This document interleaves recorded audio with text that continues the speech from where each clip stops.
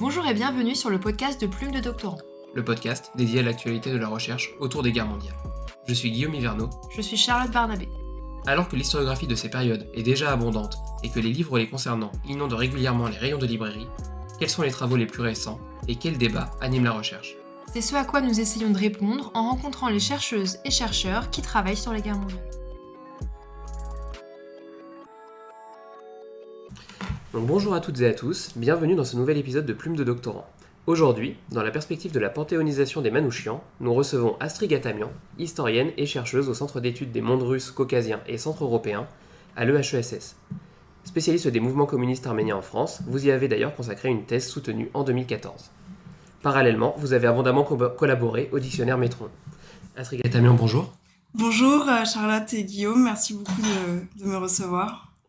Bonjour, alors vous avez récemment co-rédigé un ouvrage sur les Manouchians aux éditions Textuelles qui revient justement sur les trajectoires de Missak et Méliné, donc co-rédigé avec Denis Péchanski et Claire Mouradian. Alors avant de revenir sur leur parcours, est-ce que vous pourriez recontextualiser la place qu'occupe cette communauté arménienne en France dans l'entre-deux-guerres ? Combien sont-ils ? Où est-ce qu'ils vivent généralement ? Quel positionnement politique ? Alors, on considère que l'acte de naissance de la diaspora, c'est donc le génocide qui a eu lieu dans l'Empire ottoman pendant la Première Guerre mondiale. Il y avait évidemment des petites communautés dès le 19e siècle, voire même avant, constituées par des marchands, des intellectuels, des étudiants. Donc avant la Première Guerre mondiale, les Arméniens vivaient principalement entre l'Empire ottoman et l'Empire russe. Donc les communautés, les petites communautés d'Arméniens qui se trouvaient en Europe étaient constituées d'Ottomans ou de sujets de l'Empire russe. Mais donc c'est vraiment à partir des années 20, après la Première Guerre mondiale, que les rescapés arrivent en masse en France, mais pas uniquement. On considère qu'en France, il y a environ 60 à 70 000 réfugiés arméniens qui arrivent.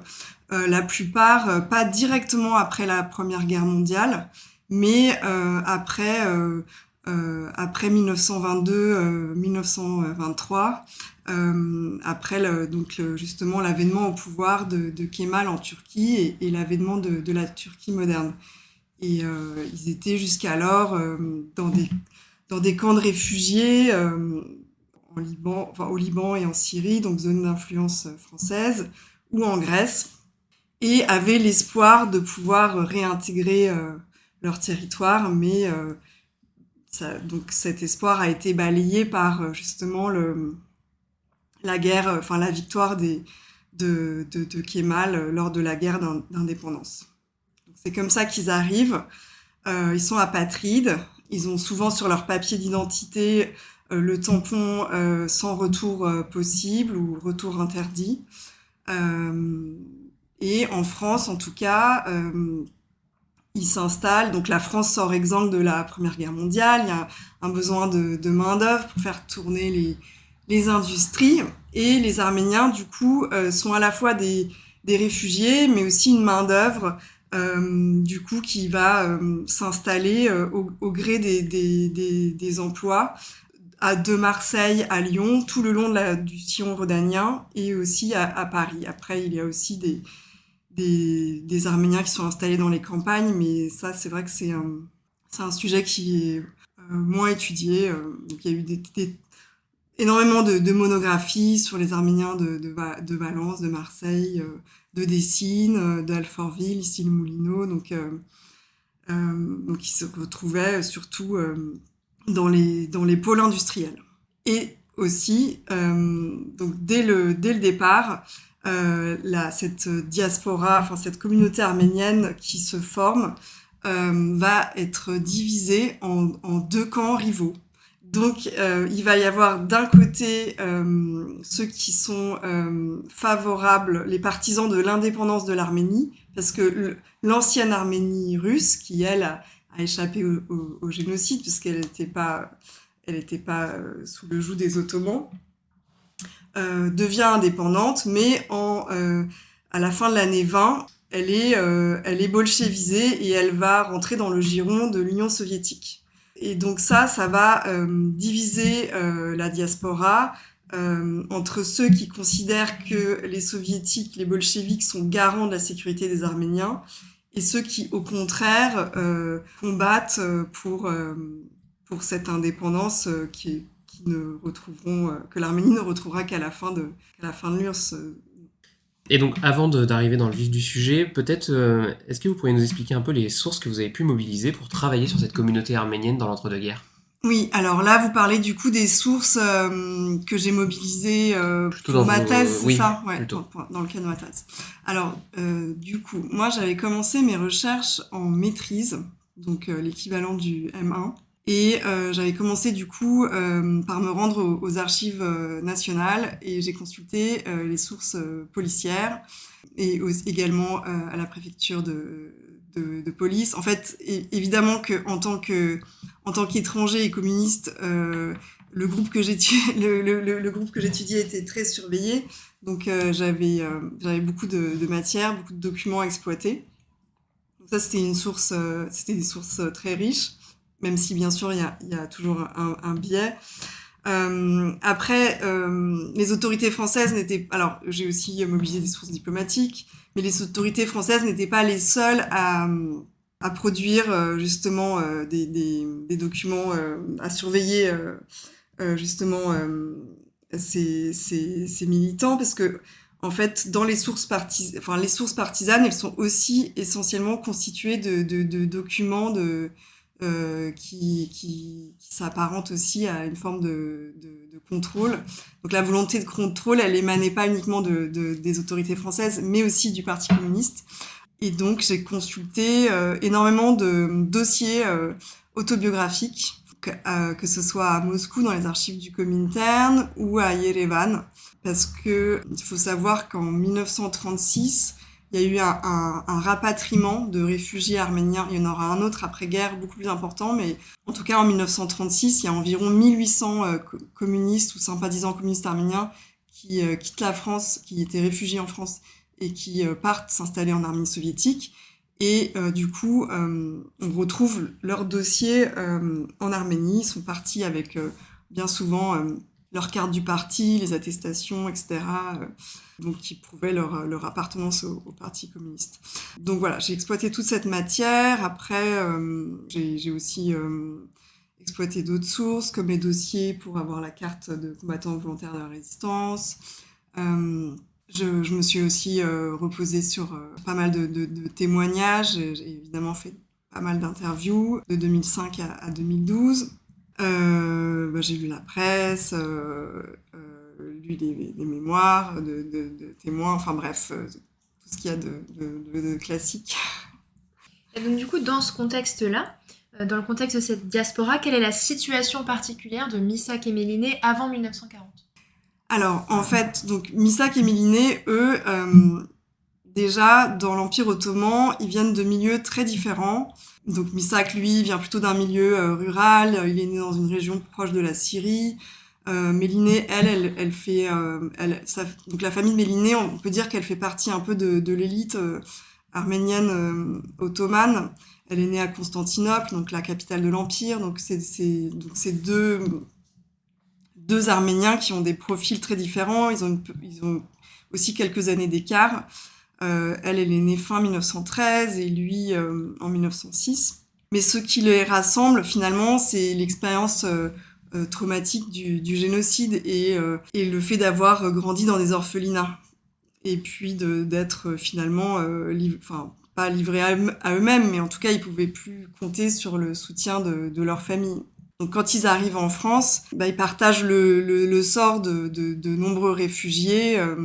Ils sont sans ressources et doivent travailler. Alors Méliné, qui est plus jeune, elle est prise en charge dans une institution jusqu'à sa majorité.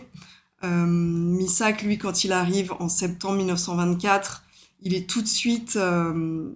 alors, il avait sans doute déjà un contrat de travail avant d'arriver, ça je sais pas exactement, mais la plupart des Arméniens qui arrivent du coup de Syrie et de Liban donc zone d'influence française, s'était vu délivrer des contrats de travail avant même d'embarquer sur les bateaux. Donc lui, il débarque à Marseille et 3 jours après, il est sur un chantier naval de la Seine-sur-Mer. Et Mélinée, elle arrive à Marseille aussi, où elle va vivre. Donc elle va être prise en charge par cette école arménienne qui en fait est devenue un pensionnat. Et cette école déménage ensuite dans la région parisienne 2 ans plus tard. Et Mélinée termine sa scolarité avec le certificat d'études en 1931 et elle devient dactylo. Donc là, ils vont avoir aussi des parcours très différents. Missak, lui, va être confronté à différentes reprises, à des périodes de chômage. Il va multiplier les emplois. Il reste, il semble qu'il reste pas très longtemps au même endroit. En 25, il arrive à Paris et il travaille à la cartoucherie Gévelot, qui emploie aussi énormément d'Arméniens, qui se trouve cartoucherie qui se trouve à Issy-les-Moulineaux, sur les quais de la Seine. À cette époque-là, il vit dans le 15e, à Paris.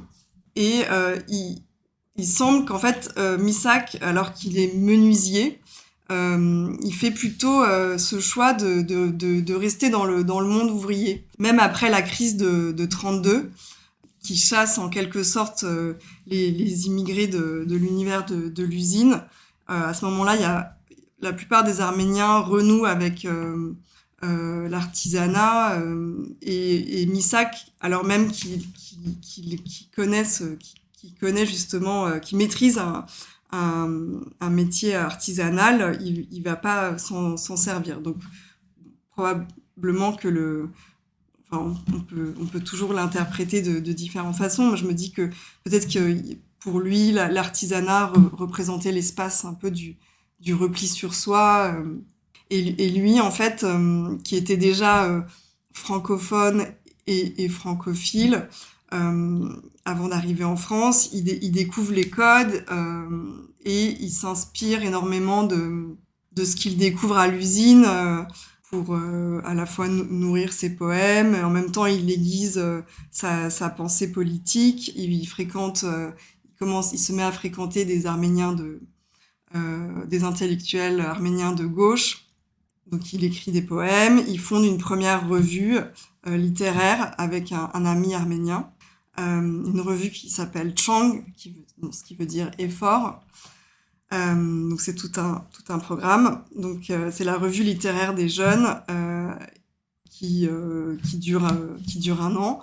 Enfin, il parvient à sortir 12 numéros. Et à la suite de l'échec de l'arrêt de cette parution, donc lui il est toujours à cette époque-là, il est toujours au chômage, où il pose plus ou moins, enfin il pose comme modèle chez des peintres, pour des peintres et des sculpteurs.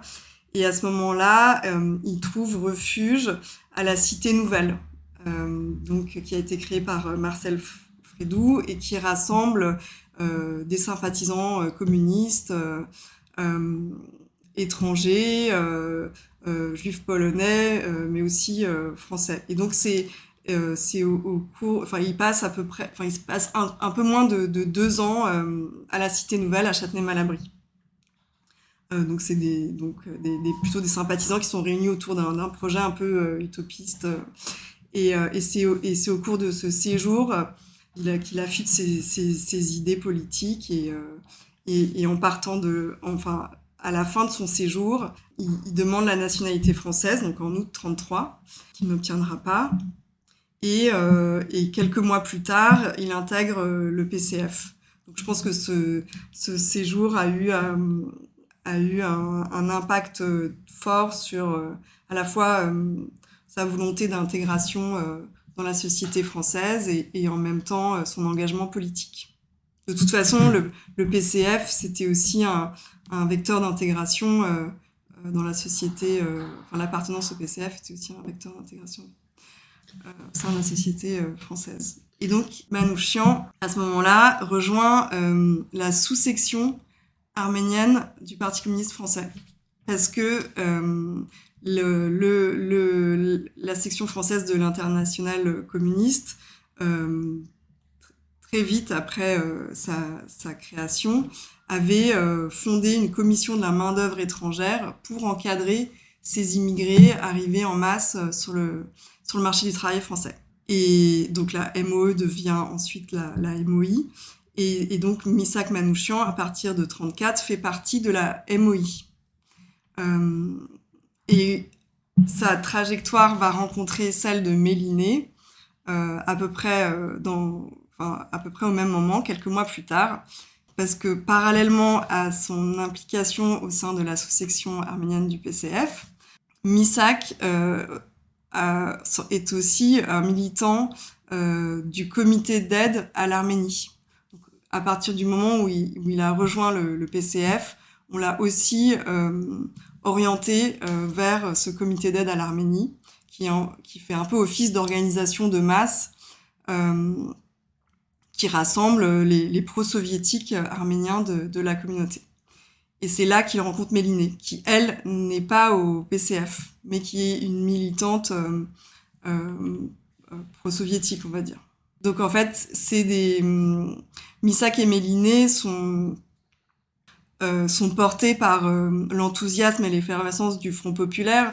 En fait, Missak, il rejoint le PCF au tout début de l'Union de la gauche, quand les émeutes du 6 février ont mis en lumière le péril fasciste. En fait, il fait pas partie de ceux qui ont adhéré à la sous-section arménienne dès sa création en 24, qui étaient un peu des purs et durs de la période, où justement ils étaient...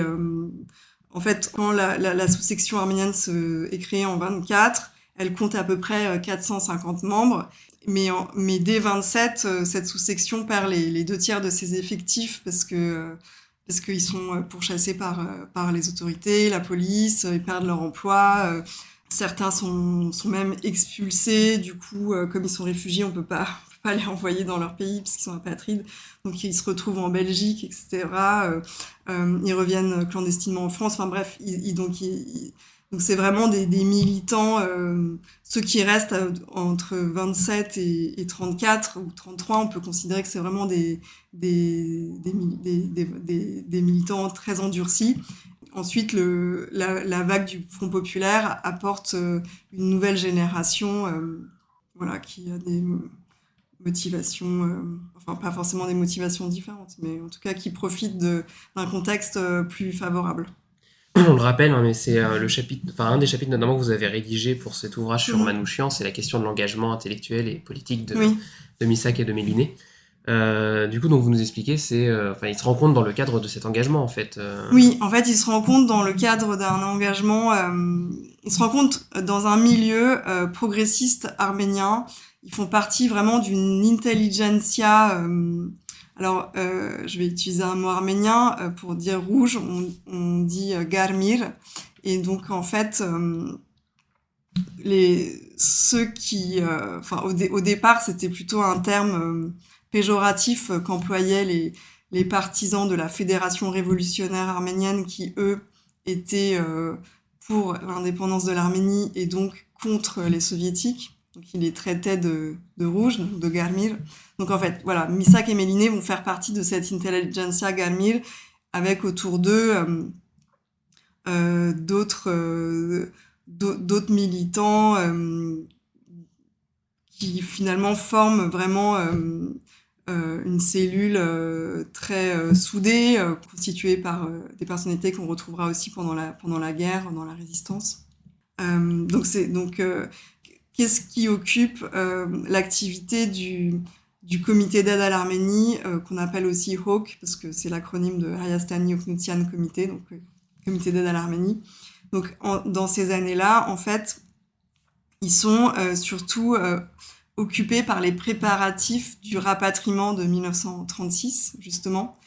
Donc ils font la promotion de la modernité apportée par les soviétiques en Arménie, Donc en même temps, donc ils organisent énormément de conférences, de soirées artistiques pour voilà exalter un peu, pour vanter les mérites de l'Arménie soviétique et louer ces réalisations qui ont été rendues possibles grâce aux bolcheviks.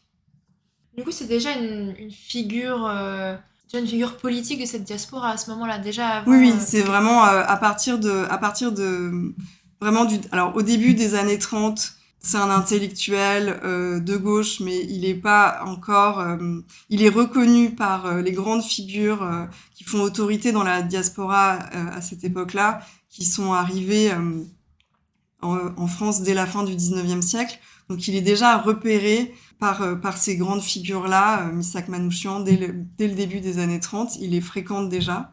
Mais à ce moment-là, il est pas encore au parti, il est déjà, c'est déjà un sympathisant communiste, mais je pense que c'est pas encore très très clair. Enfin, son engagement n'est pas encore forcément aussi défini. Ensuite, à partir de donc son passage à la Cité Nouvelle sert un peu de déclencheur. Donc ça c'est de 31 à 33. En sortant de là, il fait le vœu de devenir français et en même temps il rentre au PCF. Et à partir du moment où il rentre au PCF, comme il est arménien, donc il intègre la sous-section arménienne du Parti communiste, et le secrétaire de cette sous-section arménienne du Parti communiste français l'oriente vers ce comité d'aide à l'Arménie. Et donc là, il devient vraiment un cadre, une figure de proue de ce camp de la diaspora, qui représente à peu près la moitié de la communauté. Et alors, du coup, il est assez connu, pardon. Enfin, je vous coupe. Ok. Enfin, il est connu des Arméniens et de toute façon, ça reste quand même un microcosme. Donc, même ceux qui font partie du camp adverse le connaissent. J'imagine que par les sources policières, déjà de cette époque-là, il y a peut-être déjà des renseignements sur lui. Alors, c'est assez étrange, mais c'est vrai que Missak Manouchian, donc c'est à la fois la figure la plus connue du mouvement, et donc c'est au départ à travers lui que je me suis intéressée à ce sujet, et en même temps, c'est un peu enfin, je vais pas dire que c'est le grand absent des sources, mais donc déjà, moi, j'avais pas trouvé son dossier à Moscou, contrairement à plein d'autres communistes arméniens, mais aussi parce qu'il a adhéré en 34 et que la plupart des dossiers concernent des gens qui ont adhéré plus tôt. Ensuite, oui, on a des traces de son parcours militant aux archives de l'APP, mais aux archives nationales, il y a son dossier d'étranger. Enfin, il y a évidemment des sources sur lui, mais il figure pas dans ce grand dossier de surveillance de la communauté arménienne. Mais encore une fois, je pense que c'est aussi des questions de date, parce que il a été actif à partir des années du Front populaire et que du coup, il figure pas dans certains dossiers de surveillance. Alors, du coup, enfin, moi, il y a des sources que j'avais pas du tout exploitées pendant ma thèse et que j'ai découvertes là, dans le cadre de ce projet avec Claire Moradian et Denis Péchanski. Parce que c'est vrai qu'il y a un biais quand on s'intéresse à Missak Manouchian. On avait le sentiment qu'il y avait déjà des choses, enfin, que tout avait été dit. Donc on n'avait pas, au tout début, on pensait pas réinterroger les sources, on pensait se reposer sur ce qui avait été écrit, la littérature existante. Puis on s'est aperçu qu'il y avait quand même pas mal d'incohérences. Et du coup, ça nous a donné envie de chercher. Donc on est retourné aux archives de la police, aux archives nationales, au service historique de la défense. Mais pendant longtemps, en fait, enfin moi en tout cas, c'est vrai, c'est un aveu que je fais, parce que dans ma thèse, j'avais des bandes chronologiques hyper larges, donc je pouvais pas tout creuser de la même manière. Et Manouchian, je m'étais pas mal reposée sur la littérature existante. Donc voilà, il y a des choses vraiment que j'ai découvertes récemment, et du coup, finalement, c'est assez motivant quand on fait l'histoire de se dire que on peut toujours, On peut toujours redécouvrir des éléments. Ouais. c'est jamais terminé, même 10 ans après avoir soutenu cette thèse. Alors du coup, changeons de période. Comment est-ce que le couple vit la défaite française, l'armistice et l'installation des troupes d'occupation allemandes? Donc juste après le pacte, en fait, le parti et ses organisations sont interdits. Missak, lui, il se retrouve arrêté et incarcéré à la prison de la Santé. Et ses camarades, parmi ses camarades, certains se retrouvent internés au Vernet. Donc ils sont tout de suite perçus à la fois comme des indésirables étrangers, mais aussi comme des militants communistes que le pacte fait percevoir comme des ennemis. Mélinée, elle reste à Paris pendant cette période. Elle essaye de sauver des documents, en tout cas de détruire des documents compromettants. Elle achemine aussi des colis pour aider les prisonniers et les internés. Donc voilà, elle est active à ce niveau-là, avec d'autres femmes, du coup. Missak, donc lui, il insiste pour rejoindre son unité. Donc il est libéré au bout d'un mois de la Santé et de la prison de la Santé, et il se retrouve dans une compagnie en Bretagne, à Colpo, où il reste jusqu'en janvier 40.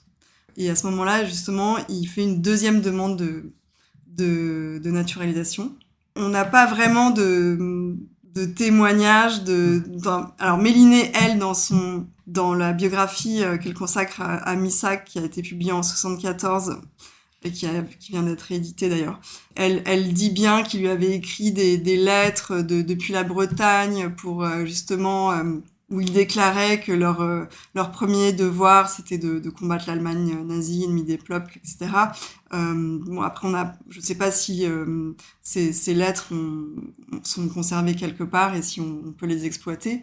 En revanche, lui, ce qu'on a retrouvé là récemment, c'est une lettre qu'un ami lui adresse en janvier 40, où il dit « T'inquiète pas, mon manouche, on les aura, la victoire n'est pas loin ».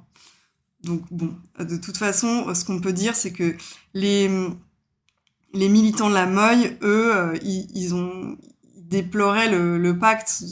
La plupart avaient été victimes du fascisme et du nazisme, et ils adhéraient pas du tout à cette nouvelle ligne qui consistait à opposer deux impérialismes. Et puis aussi, ce qu'il faut dire, c'est que les gens de la Meuille, c'était quand même des communistes plutôt indisciplinés. Et d'ailleurs, le PCF voulait liquider la Meuille en 37. Il a pas eu le temps de le faire. Il le déplore, ça les chagrine, mais ça va pas fondamentalement modifier leur position. Et ensuite, quand les Allemands, à partir du moment où les Allemands occupent la France, les choses se précisent. Le PCF clandestin va mobiliser justement cette Meuille pour participer à des premières actions. Missak, lui, en fait, il est arrêté au lendemain de l'invasion de l'URSS par les Allemands et interné au camp de Compiègne avec son ami qui s'appelle Haïk Galjian, qui est un médecin et qui était le secrétaire de la branche française du comité d'aide à l'Arménie. Donc tous les deux se retrouvent à Compiègne jusqu'en septembre 41. Et ils sont relâchés faute de preuves contre eux. Donc les Allemands n'avaient pas suffisamment d'éléments. Ils les ont du coup relâchés en septembre. Et c'est à ce moment-là que Missak reprend contact avec les Arméniens de la Meuille qui s'étaient déjà organisés il est même il est vérifié parce qu'en fait ils avaient perdu le contact avec lui parce qu'il avait été dans l'armée puis ensuite interné, donc ceux qui étaient déjà organisés justement lui font passer, enfin le vérifient, enfin je sais pas si c'est le terme officiel, et il rejoint ensuite il retrouve en fait ses fonctions de chef des Arméniens de la Moye, et il va même recruter du coup d'autres Arméniens. Et dans ce contexte, comment Misak Manouchian, donc qui est plutôt un militant à la base plutôt intellectuel, hein, vous l'avez expliqué, comment bascule-t-il dans la lutte armée et quel est peut-être son rapport à la violence dans ce contexte d'occupation et puis de rentrer dans la résistance? Donc en fait, Misak, lui, il a la responsabilité du groupe arménien de la Moye en région parisienne. Et du coup, il est chargé d'appliquer la consigne venue du centre. Il doit affecter au moins 10% des effectifs dans les FTP Moye. Et on lui demande d'intégrer le premier détachement des FTP Moye de la région parisienne en février 43. Donc voilà, jusqu'ici, il avait plutôt des fonctions politiques. Et à partir de la fin de l'année 42, début 43, il bascule dans la lutte armée. Et en effet, au début, il refuse, en fait. Il a pas envie de prendre les armes, mais finalement, il y a eu les détachements FTP Moye ont connu tellement de chutes qu'il se retrouve plus ou moins obligé d'accepter de devenir lui-même un combattant. En fait, il monte au gré des chutes, ça c'est certain. Donc, il intègre le premier détachement en février 41. Donc, c'est un premier détachement qui compte d'autres Arméniens, mais aussi, la plupart des membres du premier détachement sont des juifs non yiddishophones. Donc en fait, les juifs polonais, eux, ils sont dans le deuxième détachement. Le troisième détachement est plutôt constitué par des Italiens. Le quatrième détachement, c'est celui qu'on appelle le détachement des dérailleurs, qui est dirigé par Joseph Boxhoff, qui était un ancien interbrigadiste. Et puis il y a aussi une équipe spéciale avec Reimann notamment, qui lui est aussi très connu. Donc Misak Manouchian, il intègre le premier détachement, il est rapidement chef, et ensuite, en juillet, il rejoint la direction centrale des FTP Moye de la région parisienne aux côtés de Boris Olban, et il remplace Boris Olban en août 43. Et donc là, à partir de là, il est en contact avec Joseph Epstein, le chef militaire des FTPF. Voilà. Et du coup, est-ce que vous avez une idée aussi de l'engagement résistant de Méliné ? Est-ce qu'il y a un engagement au féminin ou pas du tout ? Alors, les femmes, elles ont été en effet indispensables au fonctionnement de la résistance. Et là, il faut absolument citer deux noms, c'est Olga Bonchik et Kristina Boyko, qui ont vraiment été... qui ont joué un rôle fondamental en tant qu'agent de liaison, et en même temps, Kristina Boyko, elle avait plutôt un rôle de renseignement. Méliné, elle a aussi été active, mais elle a transporté des armes, mais qu'une seule fois a priori. Donc, elle avait plutôt un rôle de secrétaire, où elle tapait le compte-rendu des actions. Et puis, au début de la guerre, elle avait aussi justement participé à un sauvetage de documents, enfin plutôt à détruire des documents qui pouvaient compromettre des militants communistes. Mais bon, à l'époque, la France n'était pas encore occupée. Et puis, elle tapait des tracts anti-nazis qu'elle allait distribuer. Donc, elle prenait aussi des risques. Des tracts qui étaient... essentiellement destinés aux Arméniens, pour les mettre en garde justement contre les occupants, et les amener à rejoindre la résistance, en tout cas les amener à soutenir la résistance armée. Et le principal levier qui était utilisé dans ces tracts, c'était la complicité de l'Allemagne et de la Turquie dans la Première Guerre mondiale. Donc voilà, elle tapait des tracts, des papillons, des tracts qu'elle allait distribuer dans les boîtes aux lettres, l'appartement dans les boîtes aux lettres dans les banlieues arméniennes, dans les banlieues arméniennes, on va dire ça. L'appartement de sa sœur servait de dépôt. Il y avait aussi d'autres militants arméniens qui avaient mis leur boutique ou leur appartement à disposition de la résistance. Il y a une femme justement arménienne qui meurt en déportation, qui était une poétesse qui s'appelait Louisa Aslanian, qu'on appelait Las, et qui était une grande amie de Missak et Méliné. Et elle aussi, elle va être très active et elle sera déportée à l'été 44 et elle ne reviendra pas de déportation. Donc oui, les femmes ont joué un rôle essentiel et beaucoup moins connu. Cependant, c'est pas Méliné qui rentre au Panthéon. En fait, elle l'accompagne Missak. Elle accompagne son conjoint, quoi. Mais c'est pas. On va revenir sur cette question de toute façon Oui, ouais. du Panthéon. Justement, oui. Avant d'en arriver là, quand on pense justement à Manouchian, au Manouchian pendant la Seconde Guerre mondiale, il y a un peu une source emblématique et incontournable, c'est l'affiche rouge que l'on voit absolument partout dans les manuels scolaires ou dans les musées. Cette affiche qui a été émise par les autorités allemandes en février 1944 et qui dénonce les crimes d'une armée du crime, justement. Que peut-on en dire et quelle est sa portée mémorielle comment expliquer sa portée mémorielle? On a souvent dit qu'en voyant l'affiche rouge placardée sur les murs dans le métro, la population avait justement pris conscience du rôle joué par les étrangers dans la résistance. Alors je sais pas du coup si je sais pas en fait si c'est dans quelle mesure c'était un phénomène important.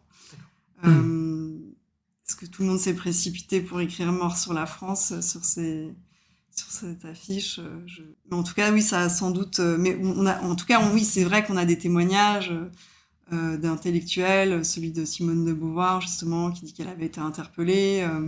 Ce qui est sûr, c'est que l'ironie de l'histoire, c'est que c'était une affiche justement de propagande nazie qui finalement a eu l'effet pas forcément de façon immédiate, mais sur le long terme, l'effet inverse que ce qui était escompté. Parce que ça a participé à faire rentrer les gens de la Moille, les résistants de la Moille, les résistants étrangers dans la mémoire collective. Oui. Mais justement, du coup, est-ce que Missak Manouchian, il a plutôt participé à rendre visible cette lutte communiste arménienne en termes mémoriels, ou est-ce qu'il l'a du coup polarisé, il a un peu Non, je pense que ça l'a vraiment il a participé à rendre visible l'engagement de ces Arméniens qui avaient été victimes du génocide en 1915 et qui se sont engagés contre le nazisme pendant la Seconde Guerre mondiale. Après, et bien sûr que la constitue pas non plus la majorité des résistants, loin de là. La majorité des résistants étaient des juifs d'Europe centrale et orientale. Il y avait aussi des Italiens.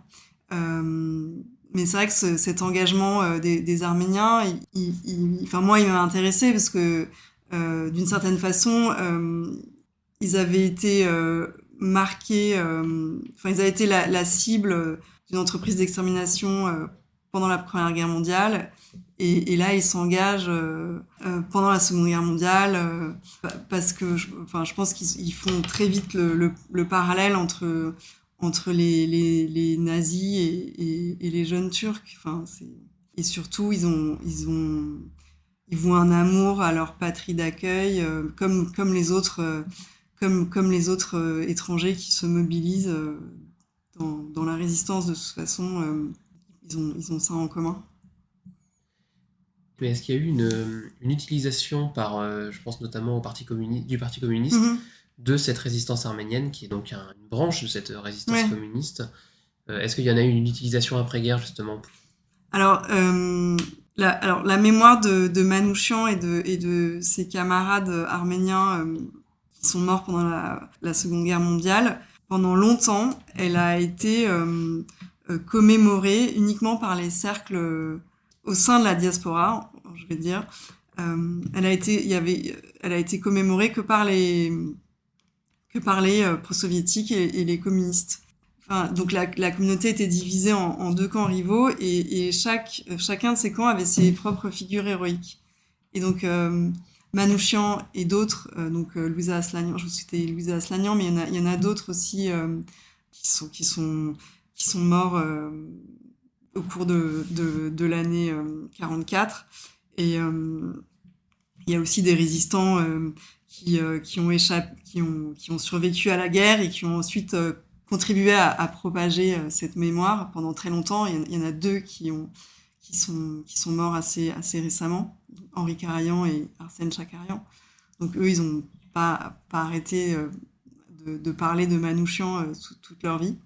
Donc voilà, la diaspora est composée de deux camps rivaux et chacun avait ses propres voilà. Et donc Manouchian, oui, c'était un peu le héros des communistes arméniens. Et c'est assez et c'est que dans les années 80 que finalement cette figure a été redécouverte par les autres composantes de la diaspora. Et en fait je pense que le glissement s'est fait à partir du moment où la classe politique française s'est adressée à la communauté arménienne en faisant référence à Manouchian. Donc à partir de là, il y a notamment un discours que fait François Mitterrand en 84, où il évoque le génocide arménien, et quelques phrases plus loin, il évoque Misak Manouchian. Donc à partir du moment où les politiques français évoquent la mémoire de Misak et font lui une figure de référence, du coup l'ensemble de la communauté arménienne s'est aussi emparé de cette figure, mais qui au départ était célébrée que par les communistes.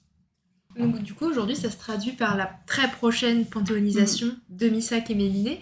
Et alors du coup vous précisiez que c'est bien Missak qui rentre au Panthéon et Méliné l'accompagne. Exactement, un peu comme Antoine Veil avait accompagné Simone Veil en 2018. En fait aujourd'hui, mais c'était déjà le cas au début du XXe siècle, mais les familles ne souhaitent pas séparer les couples et on a déjà assisté à d'autres